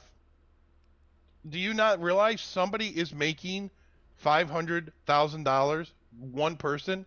Somebody's making a couple millions a day. Well, I mean, the other thing is with any day trade, he's a day trader. I mean, that was his program. He's a day trader, and people have. For those of you who day trade, you have good days and bad days. Now, somebody like him probably has a big advantage over somebody like you or me. I do think Reese is saying maybe he built an algo. This was an algorithm that was working for him, and he was making big bucks. So, but that's not to say that it'll work forever. Right. And, the game changes. Yeah, there you go. Reese is saying people make millions every day on, I don't know what that is, ODTE SPX calls and puts. Yeah, that's what's crazy is that, and I think that's what we forget because, I mean, when you have millions of dollars, these guys they're good at it. That's what, Jeff, you bring up another interesting point. Poker players, well, wasn't Jason a retired poker player? Yeah, you're talking about the CEO of Riot. He was Yeah. a professional poker player. That was that was his job prior to being at Riot. Right, and I agree. There's no one hits it 100% of the time. No one does. But for an example, somebody back a while in the stream said they bought Bitcoin at $380. What if he bought $1 million at 380? Okay. I mean, you can make a lot of mistakes and still be okay. You have a lot of coins then. The bags are full. You can make a lot of mistakes and still be okay. You know, but that's what my only point about this whole game is that I don't think we're out of the woods yet. And I don't think we're going to be out of the woods until after the halving. Until after the halving. Yeah, that's when we're out of the woods. Because, I mean, what I mean by out of the woods, like, I believe it will become a lot more stable after that. Because these guys have to stay in business to mine, or the system falls apart. Yeah, I mean, there's some core economics here that are going to come into play, and the Bitcoin miners are a big part of that. The network has to remain intact. Now, it could go down a lot, right? The network has doubled, so it could get cut in half and be what it was a year and a half ago. So, but that would mean, you know, something like George is talking about. That's Bitcoin 10,000, 12,000. Right, and that was in this. Every time I see Bitcoin run right now, I think it's going to 29,000. Every single time I'm like, this is it. And I get disappointed. I'm like, yep, it's going back to 25, and then it doesn't do it. I mean, that's how confident I believe it's just going to do. I just believe there's a nice little run coming. I don't know. Maybe the run that we had where we got up to 25 is all we're going to get. I don't know. No one can predict it for sure. We don't know. Space Oddity is saying there's a number out there. Somebody knows it. It's the number that liquidates Michael Saylor. Right. I don't know what it is. I don't know what it is either, but we did look at the financial statements and go through, and most of his Bitcoin is not encumbered. There is a number, but it's a really low number the way I calculated it. Maybe, you know, maybe I missed something. Let's put it this way, guys. Should I say this? I shouldn't say this.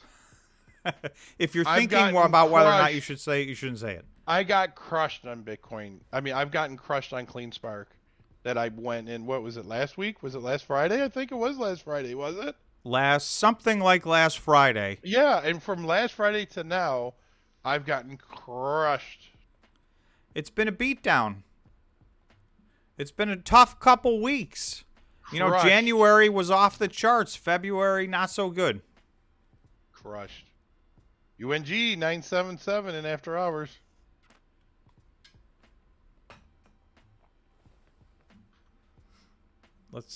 I'm taking a peek at the poll. We got. I know right. Tom won't. But I have to say this time. I just wanted to give my condolences to Tom. Unfortunately he had bad news this week, and so I didn't even know if he'd be with us today. But yeah, that's all I'm saying, Tom. All right. Well, thank you. I appreciate it. I know a lot of people reached out. And circle of life. I know it sucks though. But so I did. For those of you who was wondering where I disappeared for a few days, I was busy with personal stuff for a few days, but I believe I'm back now. But thank you, George, and thanks everybody else who reached out and gave their sympathies. I appreciate it. Are you going to do another poll, or is that the only poll you're doing today? You want to? Let's end this poll because this seems to be where it's been stuck for quite some time. Yes, Darren, that does make me feel good. I'm at $3. I'm at like $2.92, I think, and that's I think it seems to be like 245 seems to be holding that. They really did the best that they could to get it lower, but I don't believe that they are going to be able to on that. And here's the thing. They have to re-strategize too. They go to the numbers that they want to get, and then they're buying all the way down. So the final results of the poll break through to the upside 60%, down 40%. So that is 60-40 We've done this poll 4 times. The other 3 times, we've been within 1% of 75-25. 75% saying it's going to go up to 29,000. 25% saying it's going to. Right. So this was much, much closer. So we've lost a little bit of confidence. We're still 60-40 to the upside, but we definitely have lost some confidence in the last week since last Friday's poll. Thank you, Barry. Appreciate it.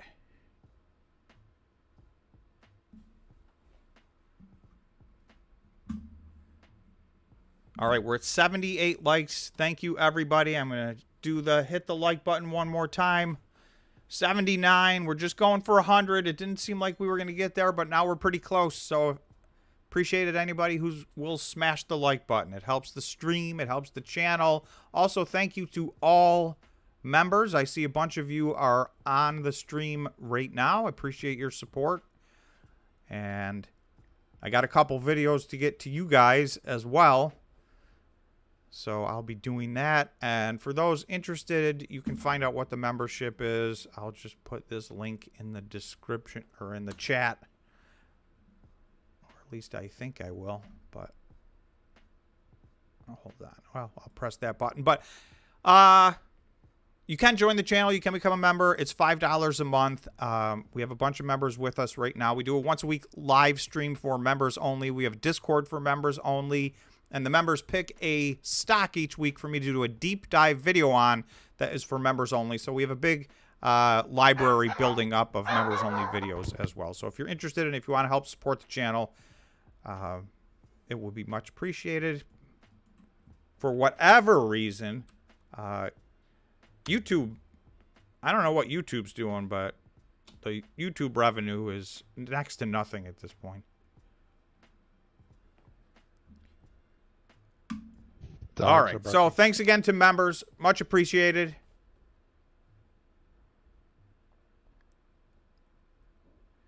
Michael says, I use a certain chart and I always buy the lows for the rebound. But he's not disclosing that chart. Because if you tell everybody, it won't work anymore.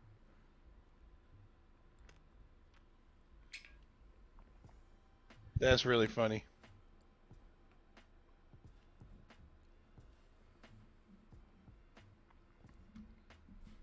$84 likes. Thank you, everybody, for continuing. We'll see if we can get there. Daywalker, thank you. I appreciate it. And I had a bunch of family in town. They mostly have left now. I got a few remaining, so I'll see them over the weekend, and then life goes on. For some people. Well, yeah. And then it goes on until it doesn't. That's right.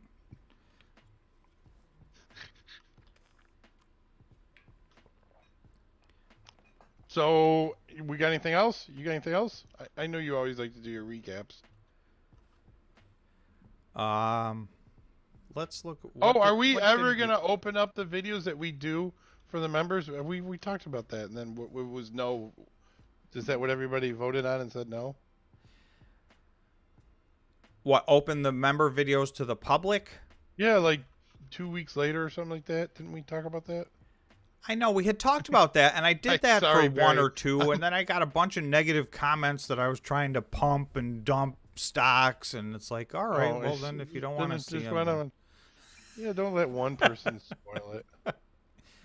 One bad apple.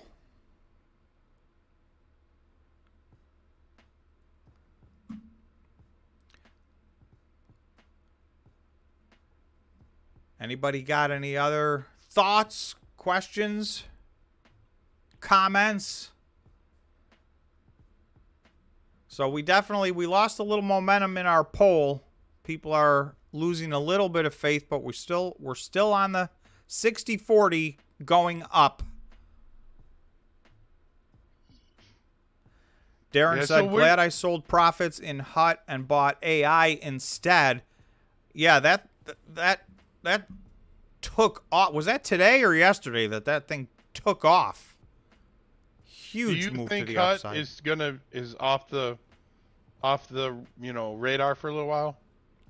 I think until they provide us more information, they're probably going to go sideways. But they do seem to be moving still reasonably in tandem with the other Bitcoin miners. So it's not like they've, everybody else has done one thing and HUT has crashed. So I'm not sure how much this has affected them so far. Everybody's had a pretty big pullback off of the highs from the end of January. I mean, January, the Bitcoin miners went ballistic to the upside. So February was net negative, I think, by the time it was over.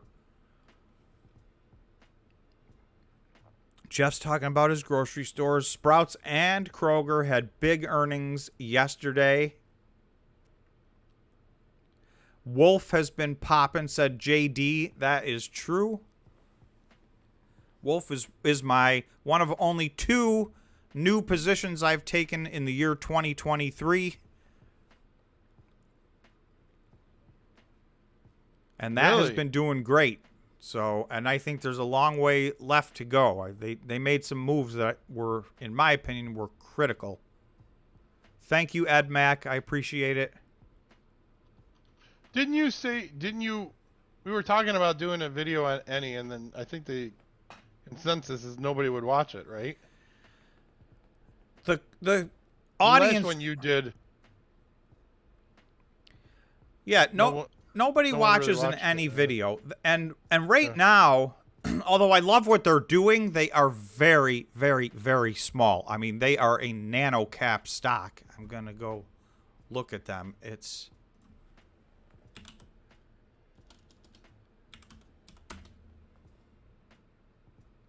$27 million market cap. I mean, it's crazy. And this was their 52-week high is $2.84. But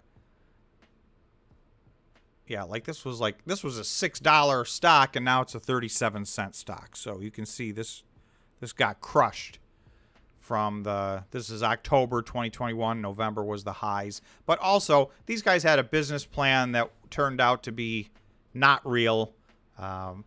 They've had a change in management. They do have some new good stuff going on, but it's still all on a very small scale comparatively to most of the Bitcoin miners that we talk about. And remember, these guys were the ones who said they were going to be at 32 exahash by the end of 2022. So, needless to say, they were not at 32 exahash. They were not even at 1 exahash. So, that plan did not happen. But I do think they're back on the right track.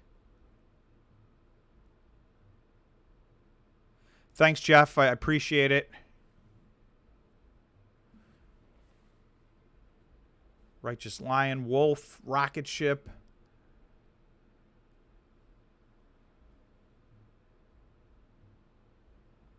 Seth, what do you know about ordinals? I don't know anything, so if you want to leave a note in the chat right now,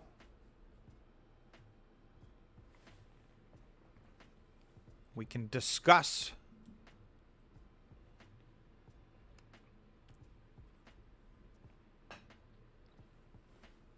We're at 90 likes. Are we going to get there, Tom? I don't know. It's looking grim, but yet we pulled it out on the last stream at the last second. Like, literally at the last second, we got to 100. So, anybody who hasn't pressed the like button, it helps the channel a lot. Much appreciated. I didn't give my "you can unlike it later" speech. Oh, you probably should. Yeah. I think that's how it works. I think if you like something now, it helps us in that. While we're live, it helps us. And then, if you don't want it sitting in your like history or whatever because it's crowded, then you can unlike it later. That's how I believe all this works. That's how it used to work. JD, glad to see the Pink Floyd artwork is back on the wall. Yes, I went back to my, this is my go-to standard issue. So, I am a fan. I was watching Pink Floyd. Yeah. You don't know that? I mean, I probably do, but I wouldn't admit it on a stream. I think that Pink Floyd. Did you know he lived? I guess he's in Switzerland. Is it Switzerland? Yeah. No, I didn't know that.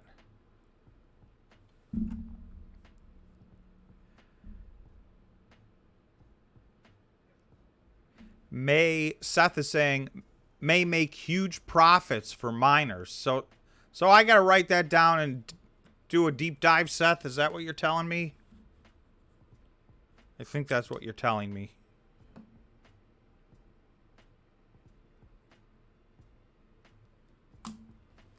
May. Is Silvergate a buy now? I mean, I will tell you, I didn't buy it, but it got destroyed in a way that I thought was a wild overreaction. The stock was already destroyed. I think Seth might have said that he did take the opportunity to buy in. Seth, correct me if I'm wrong.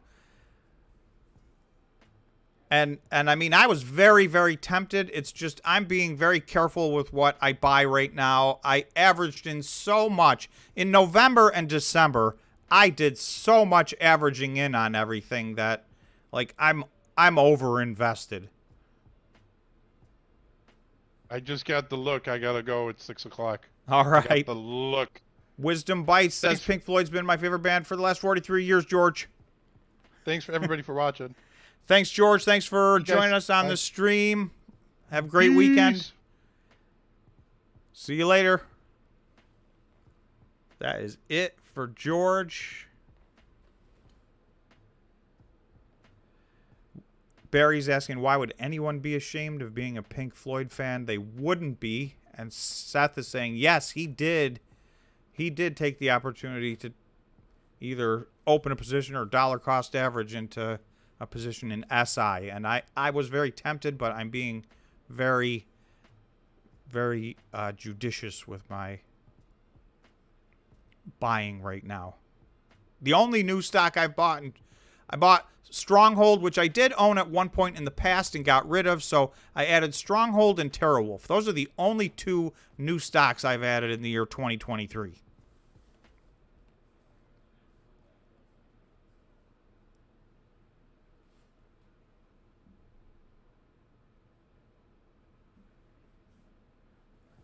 The S&P broke a 3-week losing streak this week. That's nice, and that's another very fine point. This is a Friday, and it's a green Friday. So I'm just refreshing to make sure these are the final numbers. So the S&P is up 1.6% on the day. The Dow was up over 1%. NASDAQ almost 2%. And the Russell 1.35%. Green straight across the board. That is very rare for a Friday. That's one of the, I think this NASDAQ doing this is one of the reasons the Bitcoin miners didn't get crushed today, because you can see, I mean, from the orange line is where Bitcoin was when the equity markets closed on Thursday. So from there, you know, for most of the day, we were down somewhere near 5%. And the Bitcoin miners did not behave that way. Other than the Canadian Bitcoin miners, you know, CleanSpark was a little bit green. Riot, which is the largest market cap, was up 2.5%. Marathon almost 2%. Cypher was up. Iris was up. So, and Mawson was up 7%. I don't know. They seem to be having a nice run.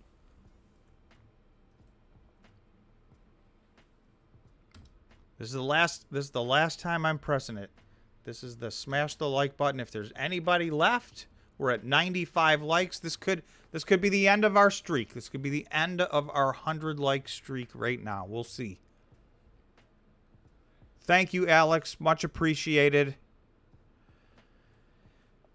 I appreciate it.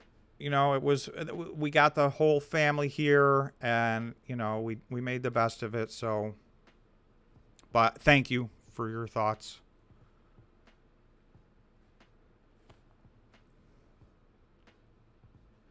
Gorilla said I was tempted to buy Silvergate, but since all the companies cut ties with them, so I think all the crypto world cut ties with them. but they are still a bank. I mean, I feel like they're going to weather this storm. I feel like, you know, it's a long-term buy. I'm just not prepared to add another thing to my list right now, especially since at the moment they are still crypto adjacent.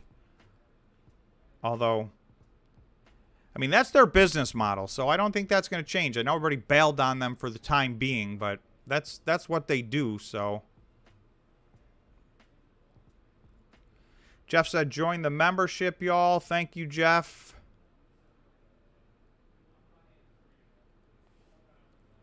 We have the best members and the best subscribers, but we do have a great member group, and that we have picked a lot of outstanding companies. And I'm saying we, but it's not me.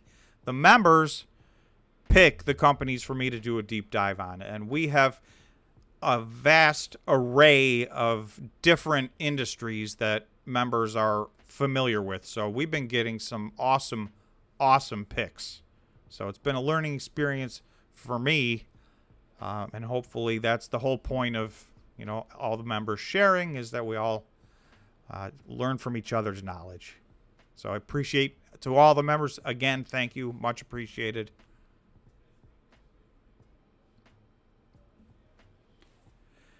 Do you think NNDM has begun stock buyback with recent share price increase? I don't know. I feel like these stock buybacks are, to some extent, like just a token, you know, they're sending a signal they believe in their company, etc. It'd be different if the owners were buying, but right now they're buying their stock back at a monumental discount. Nano Dimensions is priced, in my opinion, at a ridiculous. We did just get 100 likes. Thank you, everybody. Much appreciated. The streak continues. I think Nano Dimensions way underpriced. That's my opinion.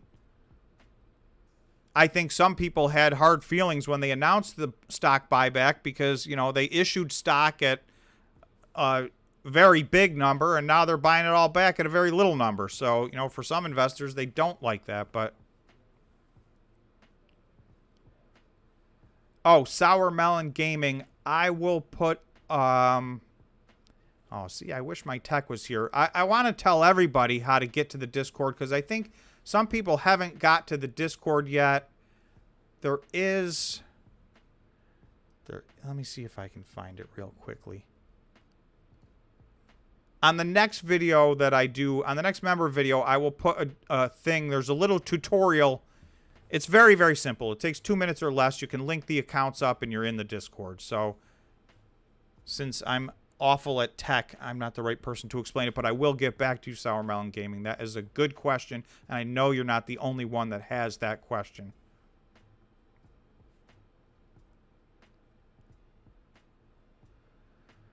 Darren said, I'm huge in SoFi going forward, very bullish. So that was one that we did a deep dive on.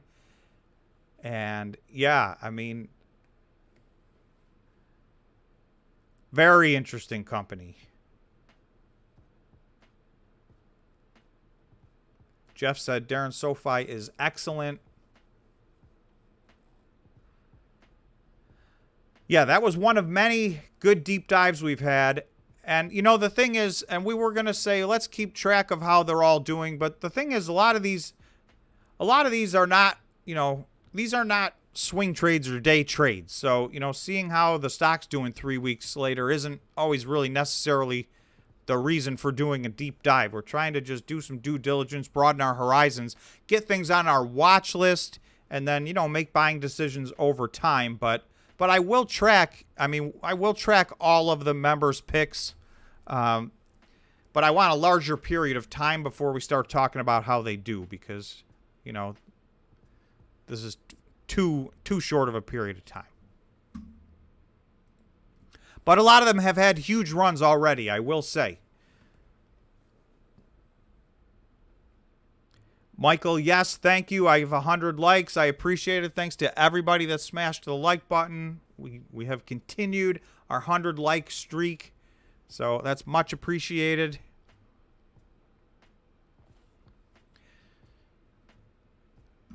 We've got a bunch of 15-minute green candles going, but yet we haven't done anything I mean, really, since we had this, violent move to the downside, and then we settled in here just very close to my purple line.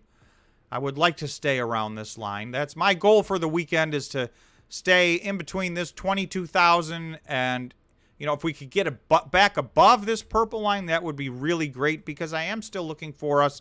This has been about a 2-week pullback. That's enough, in my opinion. So I think next week could be a week where we have, start to have our move back up and retest 25,000. So we will see. Having said that, it's always a long weekend. So if it goes the other way, then I guess we'll have to reassess. But that's what I'm hoping. That's what I'm looking for. I'm going to be looking to stay above 22,000 and hopefully to get back above 22,400 and maybe start to make a move to the upside as we reset some of the. Let's look at the daily. Let's look at the 4-hour.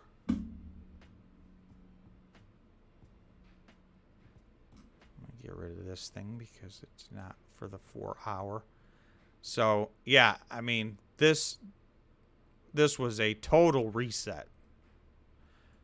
So that move last night, which was, again, that was a violent move to the downside. It was over $1,000, and that got us all the way down to 29.56. So that is officially oversold territory. So like, to me, this looks good. Right? This doesn't look like something that's setting up for a huge move to the downside. We just hit oversold territory, and now we're stabilizing a little bit here. So I like how that looks. And you never know with these, there's a thousand things to look at, but the 4-hour MACD is moving back in the right direction. So, maybe we can give it the weekend if we can get a bullish crossover sometime a couple of days from now. That's what I'm looking for, but we'll see. We'll see what happens. And then I'd like to get really the run from 25 to 29. You can see, like this last time around, we ran up to 50 and we didn't really have a breakout. That seemed to be resistance, and we had a pullback. And that's this period right here where you can see the Bitcoin did not break out. So good things happen over 50. You can see back in this area, these were big runs to the upside. So I'm looking to get back over 50. I think that's how we get back to 25,000 and, getting overbought maybe. We got all the way up to, this says 87.25 on the 4-hour RSI. I think we got close to 90 on the daily RSI. So, if we can get back over 50 and start to make a run up, that's what I'm looking for. But we got the whole weekend ahead of us. There is more Fed trouble next week. I feel like everything Fed is FUD, because I think everybody knows exactly what the Fed is going to do, and all these people on the Fed feel the need for whatever reason to come out and talk periodically, and it really doesn't matter what they say in between. So for me, as far as I'm concerned, there's a 25 basis point rate hike coming, and I think the chances of that, even though the market disagrees with me a little bit, let's refresh this and see what's priced in. Yeah, so this is just about 70-30, 25 basis points versus 50 basis points. I am personally telling you guys, I will be stunned if it's 50.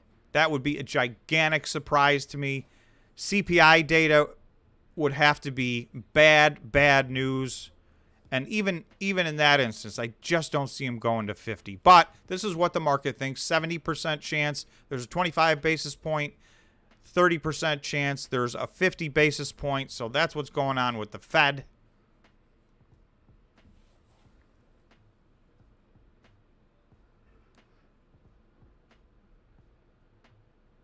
Alex said stock buybacks are just like last month's corporate layoff. In some cases, not all. It's the business fad of the month. Yeah. Yeah, everybody remembers it was everyone, you know, every big company laid off 10,000 people. All right, unless anybody has any other questions, I do have a little bit of family left in town, so I do want to catch up with them tonight. So thanks, everybody, again, for joining me on the live stream. Thanks for all your comments all week. I will get back to videos. I did have a rough week this week, but I should be back on track and business as usual. So Jeff said, yeah, I feel like the member picks have been really good long-term holds. So, yeah, I mean, that's how I feel about it. There was a lot of great companies in there. So, and I have them on my watch list, and I will buy more stocks this year. I'm not only going to buy, you know, those 2 stocks for the whole year. It's just I did so much in November and December that I'm taking a break. All right, thank you, everybody. Thanks, Jeff. Thanks, Barry. Thanks, JD. Thanks, Sour Melon Gaming. Thanks, Darren. I hope you guys all have a great weekend. I will do some videos over the weekend. And then members only live stream on Tuesday. So we'll see the members there. And then, obviously, always a live stream every Friday. And usually I'm trying to work one more per week live stream in. And I'll try and give you guys a little bit more notice. I've been giving very short notice. So thanks again, everybody.